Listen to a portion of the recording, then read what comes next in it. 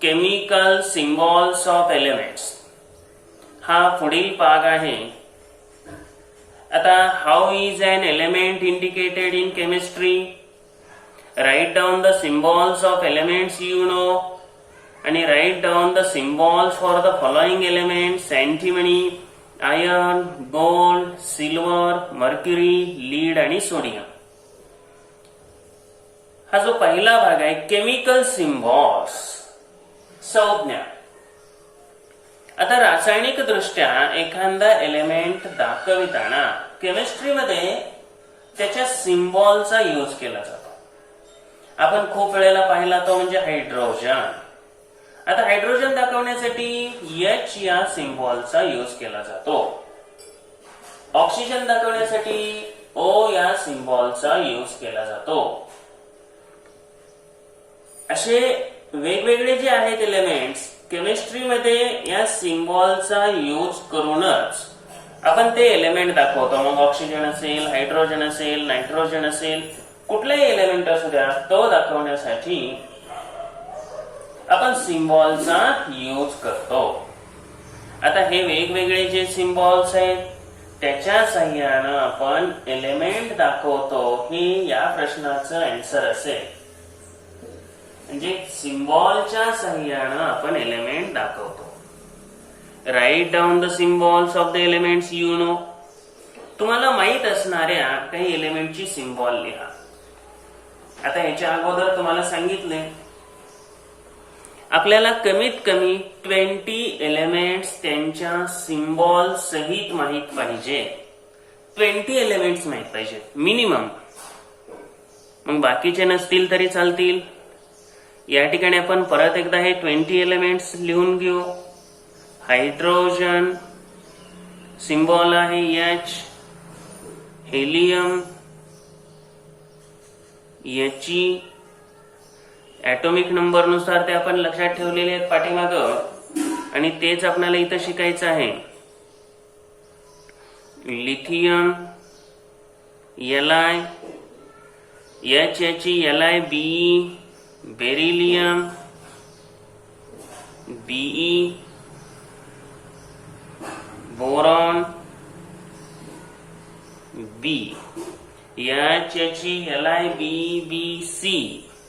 6 number carbon आहे N, nitrogen 8, oxygen 9, neon तर याच्यामध्ये CnOF फ्लोरीन.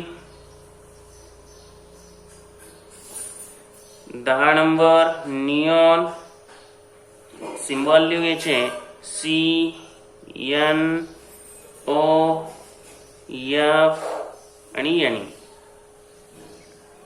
हे महत्वाचेच आहेत. 20 एलिमेंट्स आपल्याला 5th टॉपिक मध्ये तर गरजेचेच आहे. 11 ला आहे सोडियम. आता ह्याला ट्रिक सुद्धा सांगितलेली आहे ऑलरेडी. Magnesium Mg. 13 ॲल्युमिनियम.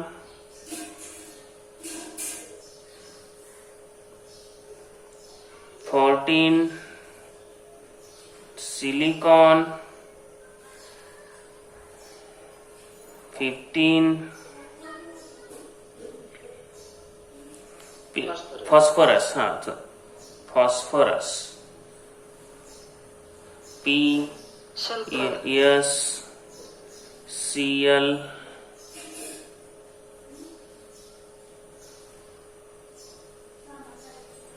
त्यानंतर क्लोरीन, नंतर ClAr, अर्गॉन, पोटॅशियम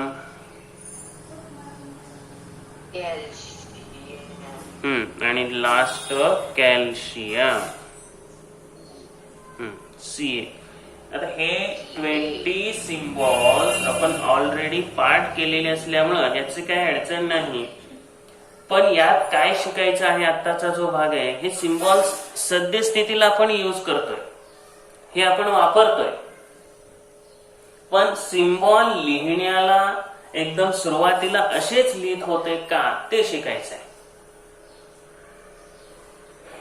आता यामध्ये काय विचारलेले आहे, काही सिम्बॉल, वेगळे सिम्बॉल्स विचारलेले आहेत, म्हणजे अँटीमनी. आता तसं जर पाहिलं तुम्हाला अँटीमनी ह्या 20 मध्ये तर येतच नाही. मग हे जे सिम्बॉल आहेत हे कशावरून आहेत? नावावरूनच आहेत, परंतु सगळे इंग्लिश नावावरून आहेत का रे? आता अँटीमनी म्हणल्यावर 80 घेतलंय का? नाही. ग्रीक आहेत, लॅटिन आहेत, त्याच्या ह्याच्यावरून. आता ह्याची सिम्बॉल थोडीशी लिहून घ्या. सगळीच सिम्बॉल इंग्लिश नावावरून नाही. अँटीमनी एसबी हे लागणार आहेत बरं का पुढं. त्यानंतर आयर्न, IR आहे का? FE माहिती आहे तुम्हाला. त्यानंतर आपल्याला विचारलंय गोल्ड, गोल्ड AU. बाकीच्यांना सुद्धा आठवलं पाहिजे. गोल्ड नंतर दिलंय सिल्वर, बोला झालंय AG, बरोबर आहे. मर्क्युरी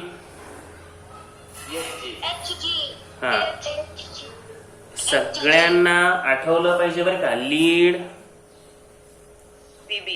PB, बरोबर आहे. लीड PB, PD नाही. आणि अजून कुठलं विचारलेलं आहे तिथं? एक कुठलं? सोडियम. सोडियम तर येणे. आणि पहिलं अक्षर आपण कॅपिटल लिहिलं, दुसरं अक्षर स्मॉल लिहिलं. हे सुद्धा इथं देण्यात आला. यात मला वाटतं फक्त अँटीमनी नवीन असावा. लीड पण झालाय, मर्क्युरी पण झाला असावा. आता याच्यामध्ये पुढं आपण शिकताना लागणार आहे बरं का. आता इथं नाही भाग, पण मेटल नॉन मेटल तुम्हाला फिफ्थ मध्ये शिकवलंय. काही मेटल असतात, काही नॉन मेटल असतात, आणि थर्ड एक पार्ट सांगितला तुम्हाला,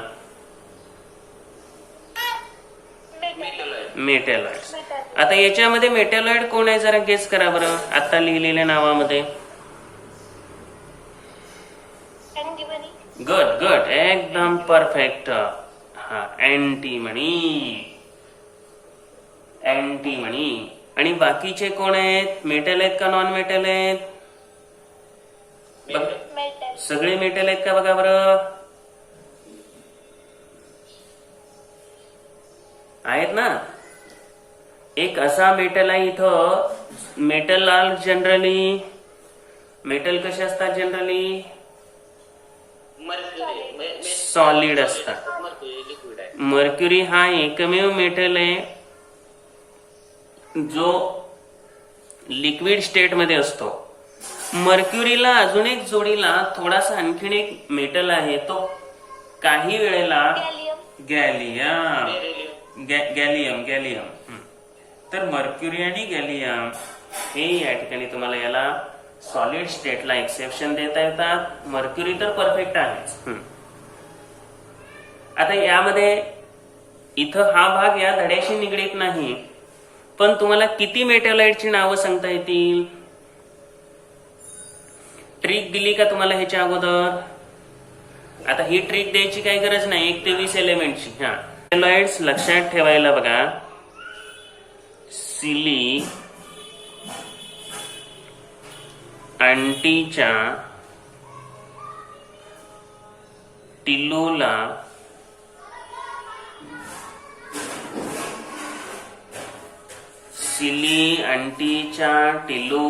फोडल्या. आता टिलूला जर्मनीत असताना, सुरुवातीला घेतलं तरी चालतं बरं का. जर्मनीत असताना म्हणजे तुम्ही असं म्हणला, जर्मनीत असताना सिली अंटीच्या टिलूला फोडल्याने अस्सल बोरोप्लस घेऊन आली तरी पण चालतंय. जर्मनीत असताना किंवा सिली अंटीच्या टिलूला जर्मनीत असताना पोळल्याने, हे कायम लक्षात राहतात ना. पोळल्याने, अस्सल, पोळल्यावरती काय केलं? बोरो प्लस घेऊन आली. बोरो प्लस. हो हो हो हो बोरो प्लस. आता याच्यामध्ये तुम्हाला सांगितलं सिलिकॉन, अँटीमनी, टेल्युरियम, जर्मेनियम, म्हणजे त्या नावावरून आपण ते थोडस, आणि कसं होतं लक्षात ठेवायला थोडं सोपं जातं. जर्मेनियम म्हणजे जर्मनीत असताना ॲस्टॅटाईन, पोळल्याने पोलोनियम. आता हे अशाच रीतीनं पुढं जायचंय जेणेकरून तुम्हाला हे सगळे लक्षात राहतील. आता ॲस्टॅटाईन म्हणजे असताना घेतलं, आणि अस्सल आर्सेनिक. आता एक आर्सेनिक अल्बम आलाय बघा सध्या कोरोनाच्या काळामध्ये, कोरोनावरचा जो उपाय आहे का नाही त्यामधला आर्सेनिक. Boro plus boron. तर हे अशा रीतीनं 1 2 3 4 5 6 7 आणि 8 ह्या 8 मेटॅलाइटची नावं तुम्हाला लिहून ठेवावी लागतील. कंपल्सरी, गरजेची आहे. परत एकदा स्पष्टीकरण देतोय.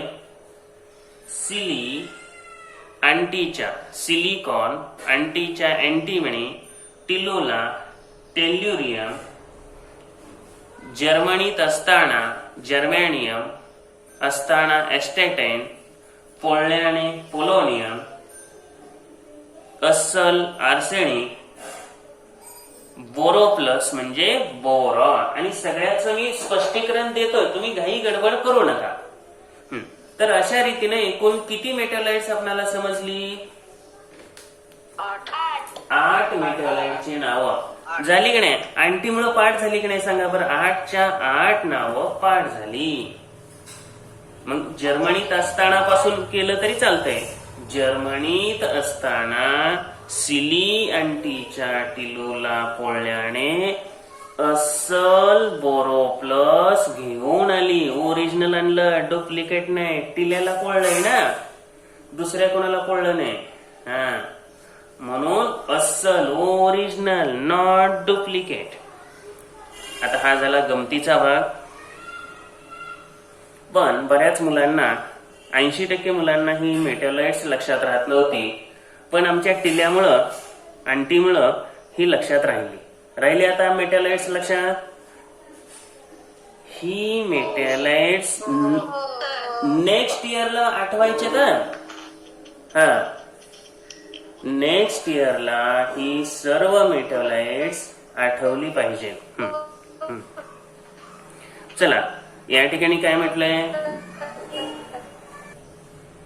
Dalton used certain signs to represent elements. Dalton स्टार्टिंगला काही विशिष्ट असे सिम्बॉल यूज केले. आता हे हायड्रोजनला डाल्टननं सुरुवातीला वापरलं symbol.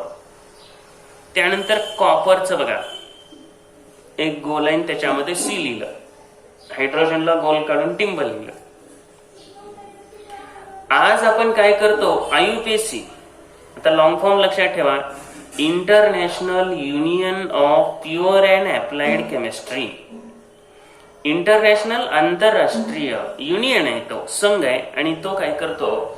Pure and applied chemistry संदर्भात या ठिकाणी सिम्बॉल्स त्याच्या संदर्भात डिटर्मिनेशन करतो.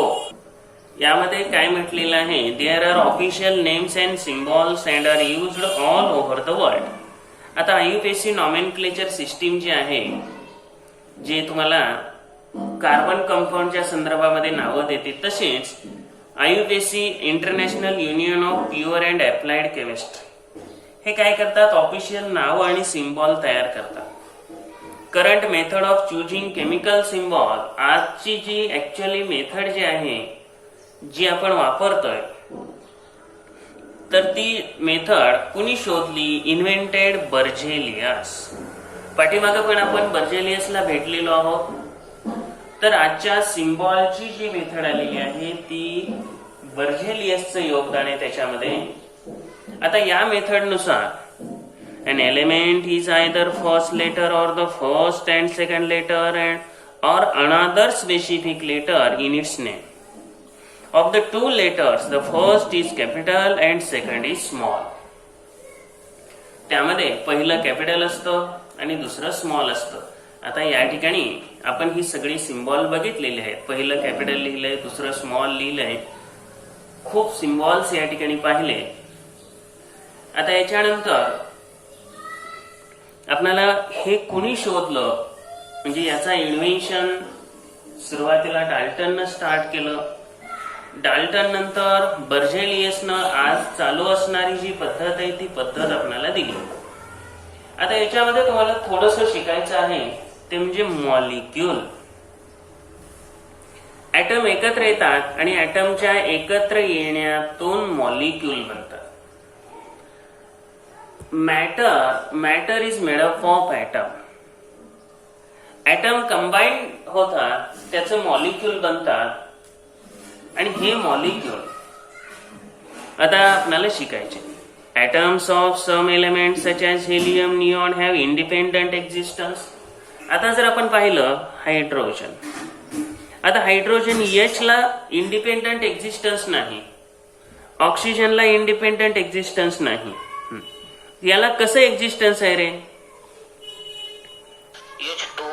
H2O2 N2. मग ह्यांना आपण काय म्हणतो? मॉलिक्यूल. आता मॉलिक्यूल म्हणजे काय, कसे तयार होतात मॉलिक्यूल? मॉलिक्यूल तयार कसे होतात? ऍटम कंबाईन होतात. हा दिलंय का? हा.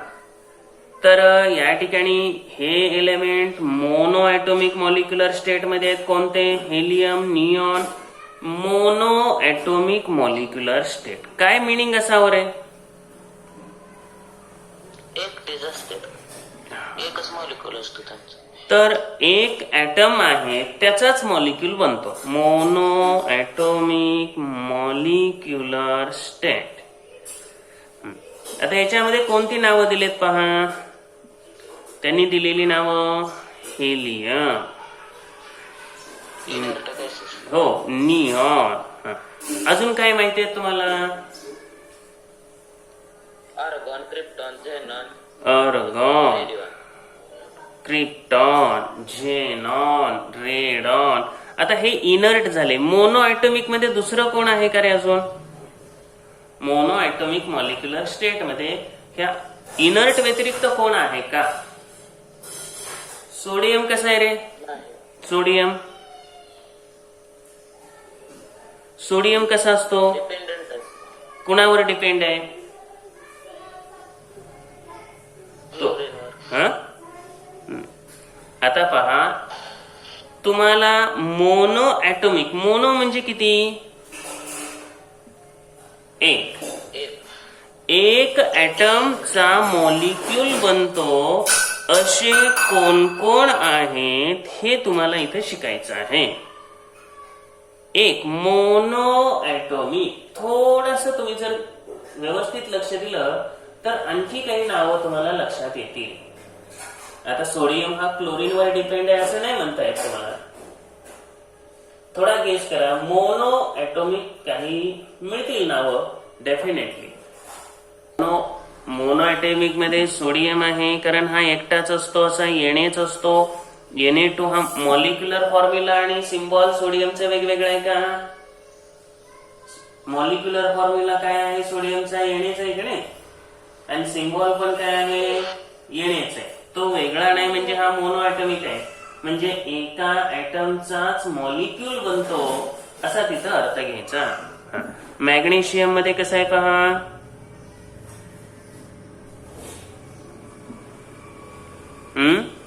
हे मॅग्नेशियम Mg आहे, ऍल्युमिनियम आहे. आता हे H2O2 N2 यांना काय म्हणायचं? मग H2N2O2 यांना काय म्हणायचं? डाय ऍटोमिक मॉलिक्युलर स्टेट. डाय म्हणजे दोन दोन ऍटम एकत्र येणारे, तर त्या ठिकाणी पहिल्यांदा मोनो ऍटमिक सांगितलं. आता याच्यामध्ये इंडिपेंडंट एक्झिस्टन्स वाले वेगळे. इंडिपेंडंट म्हणजे त्यांना कुणाचीच गरज नसते, ते कुणाबरोबर कंबाईन होत नाही, ते इनर्ट वाले. आणि ते मोनो ॲटॉमिक मॉलिक्युलर स्टेट मध्ये आहेत. हे मान्य आहे. Helium, argon, neon, xenon, krypton, radon यांना राजवायू म्हणतात. काही वेळेला दोन किंवा अधिक एलिमेंट एकत्र येतात आणि त्यावेळेला poly atomic molecular state. Poly म्हणजे बहु, बहु म्हणजे सून नाही. Poly atomic. पॉली काय मिनिंग आहे? मेनी, अनेक. अनेक. बहुपदी, त्याच्यावरून लक्षात. पॉलीॲटॉमिक मॉलिक्युलर स्टेटमध्ये ऑक्सिजन, नायट्रोजन हे डायॲटॉमिक आहे, कारण एकापेक्षा जास्त एकत्र आले. N2, H2, Cl2, O2, GO2, Chintu Pintu. Chintu Pintu नाही त्यात काय, नाहीतर लिहितात. When atoms of different elements combine with each other, molecules are formed of. तर हे वाक्य महत्वाचं आहे आपल्याला. Atom of different elements combine होतात आणि मॉलिक्यूल तयार होतात. कंपाऊंडचे मॉलिक्यूल तयार होतात. कंपाऊंड मध्ये एकत्रीकरण आहे. थोडक्यात compounds are formed by chemical attraction between different elements.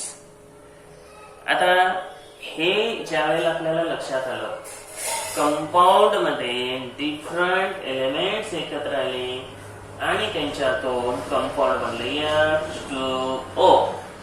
आता H2O मध्ये हायड्रोजन आणि ऑक्सिजन हे एकत्र आले आणि त्यांच्यापासून वॉटर हा मॉलिक्यूल आपल्याला मिळाला. Make a list of elements in the monoatomic and diatomic molecular state. मोनोॲटॉमिक आणि डायॲटॉमिक मॉलिक्युलर स्टेट मध्ये कोण कोण आहे? आता याची आपण मोठी लिस्ट केली. मोनोॲटॉमिक मध्ये आपल्याला helium, argon, neon, krypton, xenon, त्याचबरोबर आपण आणखी कोणाला टाकलं इथं? Sodium, magnesium, aluminium, copper. Copper सुद्धा तिथे येते ना, कारण Cu हे सिम्बॉल आहे, तोच मॉलिक्युलर फॉर्म्युला आहे. बरं, डायॲटॉमिक मध्ये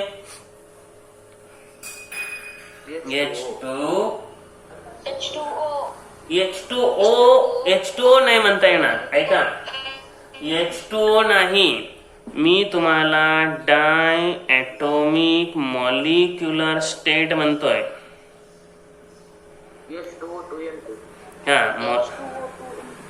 H2, N2, O2, मगाशी म्हणलं तसं GO2, Chintu Pintu Mintu. Cl2, F2 हे आहेत डायॲटॉमिक. ते H2O हे कंपाऊंड झालं ना. H2O हे कंपाऊंड झालं. तर डायॲटॉमिक आणि मोनोॲटॉमिक हा भाग पहिल्यांदा लक्षात आला असावा. आणि आणखी तुम्ही याच्यापेक्षा वेगळी नावं अनेक अनेक अनेक लिहू शकता. आता मॉलिक्युलर मास नावावरून कळेल तुम्हाला. मॉलिक्युलर मास कशाला म्हणायचं असेल? मॉलिक्युलचं जे मास आहे त्याला. पहा, the molecular mass of the substance is the sum of the atomic masses of all the atoms in a single molecule of that substance. आता H2O चा मॉलिक्युलर मास त्यांनी काढायला सांगितले. H2O हा काय आहे? मॉलिक्युल आहे. मॉलिक्युल आहे तो. बर, तो मॉलिक्युल कसा मिळालेला आहे आपल्याला? H2O हा मॉलिक्युल कुणापासून कसा मिळाला? दोन हायड्रोजनचे ऍटम आणि एक ऑक्सिजनचा ऍटम. दोन हायड्रोजन आणि एक ऑक्सिजन यांच्यापासून हा आपल्याला मिळाला. मॉलिक्युलर मासची डेफिनेशन तर अंडरलाईन केली असावी, तिथे जास्त काही सांगायची गरज नाही. ॲटॉमिक मास आणि मॉलिक्युलर मास दोन्ही पण डाल्टन मध्ये मोजलं जातं, दोन्ही पण. आता H2O मध्ये कन्स्टिट्युएंट एलिमेंट हायड्रोजन आणि ऑक्सिजन. हायड्रोजनचा ॲटॉमिक मास आहे 1 U, ऑक्सिजनचा आहे 16 U. हायड्रोजन 2 आहे म्हणून 1 गुणिले 2 2. मग थोडक्यात हायड्रोजनच्या मॉलिक्युलचं जे मास आहे ते आलं 2. ऑक्सिजन 1 असल्यामुळे 16 गुणिले 1 16. आता मॉलिक्युलर मास काढायला आपण ह्याच्या अगोदर शिकलोय. मॉलिक्युलर मास बरोबर सम of कन्स्टिट्युएंट atomic masses.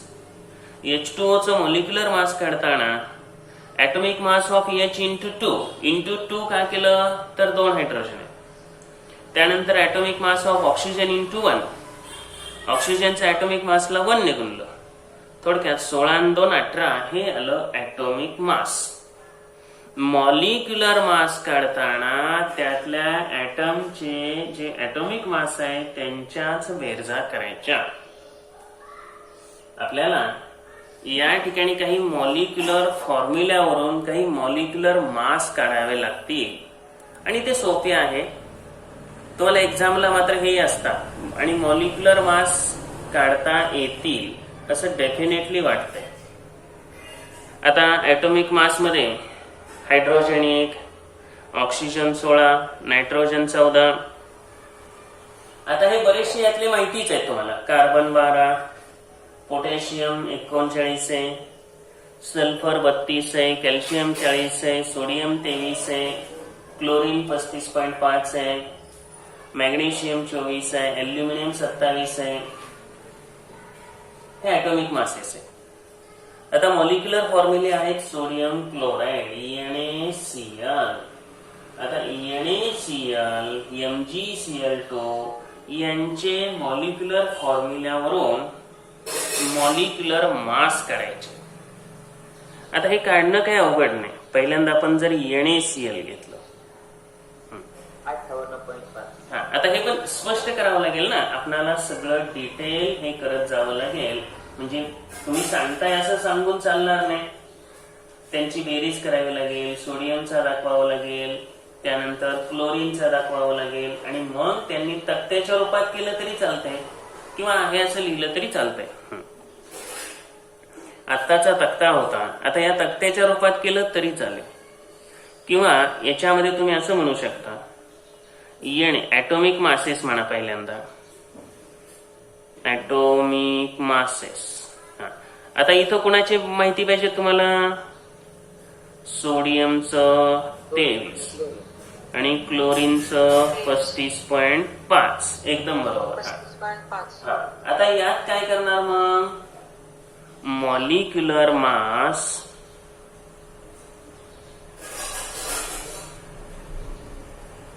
Of NaCl is equal to काय म्हणणार? Atomic mass. बरोबर. Atomic of sodium plus atomic mass of chlorine. आता सोडियमचा ॲटॉमिक मास आहे 23, त्यानंतर क्लोरीनचा आहे 35.5. या दोघांची ऍडिशन करून टाका 58.5. आता युनिट कोणतं द्यायचं याला पहा बरं. याला युनिट कोणतं द्यायचं? डाल्टनचं U हे युनिट द्यायचं. एकदम बरोबर आहे. डाल्टन U हे द्यायचं. तर अशा रीतीनं ही सगळी एक्झाम्पल सोडवायची आहेत आणि हे सुटत आहेत. आता एकापेक्षा जास्त असणारं दुसरं आहे मॅग्नेशियम क्लोराईड. दुसरं आहे magnesium chloride.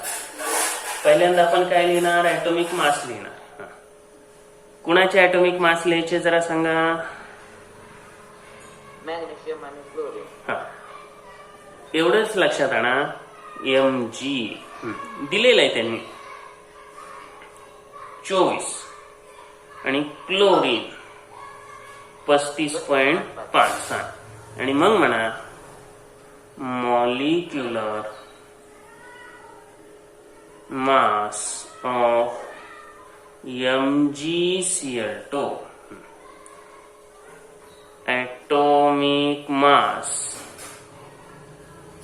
of magnesium plus atomic mass of chlorine. फक्त या ठिकाणी याला काय करावं लागेल, 2 ने गुणावं लागेल. कुणाला 2 ने गुणावं लागेल रे? क्लोरीन. क्लोरीनला 2 ने गुणावं लागेल. मग याला काय करायचं, गुणुले 2. आता 2 ने का गुणलं तर MgCl2 मिळेल. 24 ला 24 आहे असं घ्या. 2 गुणुले 35.5. हा, कारण 35 आणि 35 70 आणि 1 71 आणि हे 24. हा, आता या दोघांचे ऍडिशन करा. 71 आणि 24 4 95. हा, तर हे झालं molecular mass of magnesium chloride 95. अजून एखादं दुसरं पाहू आपण. KNO3. कुणाचं नाव आहे रे KNO3? Potassium nitrate. हा, नावं तर आलीच पाहिजे. Potassium nitrate. पोटॅशियमचा ॲटॉमिक मास लिहा. दिलेलं आहे त्यांनी पोटॅशियमचा ॲटॉमिक मास पहा. आणि आता पाठ होऊन जातं बरं का, सोडवत गेलं की. हा, 39. नायट्रोजन 14. ऑक्सिजन 16. आणि मग molecular mass of KNO3 potassium nitrate, atomic mass of potassium plus. आता इथं याला काय गुणायची गरज नाही, गुणावं लागेल. कोणाला पहा, फक्त ऑक्सिजनला. हा, कितीने गुणणार तिथं? 3 ने. गुड. हा, ॲटॉमिक मास ऑफ ऑक्सिजन. आता पोटॅशियमचं लिहिणार 39 अधिक 14 आणि अधिक 3 गुणुले 16. आणि मग या ठिकाणी बेरीज करा. 39 अधिक 14 आणि अधिक 48. या सगळ्यांची बेरीज करा. 9 4 13 101 U. हे आहे ॲटॉमिक मास.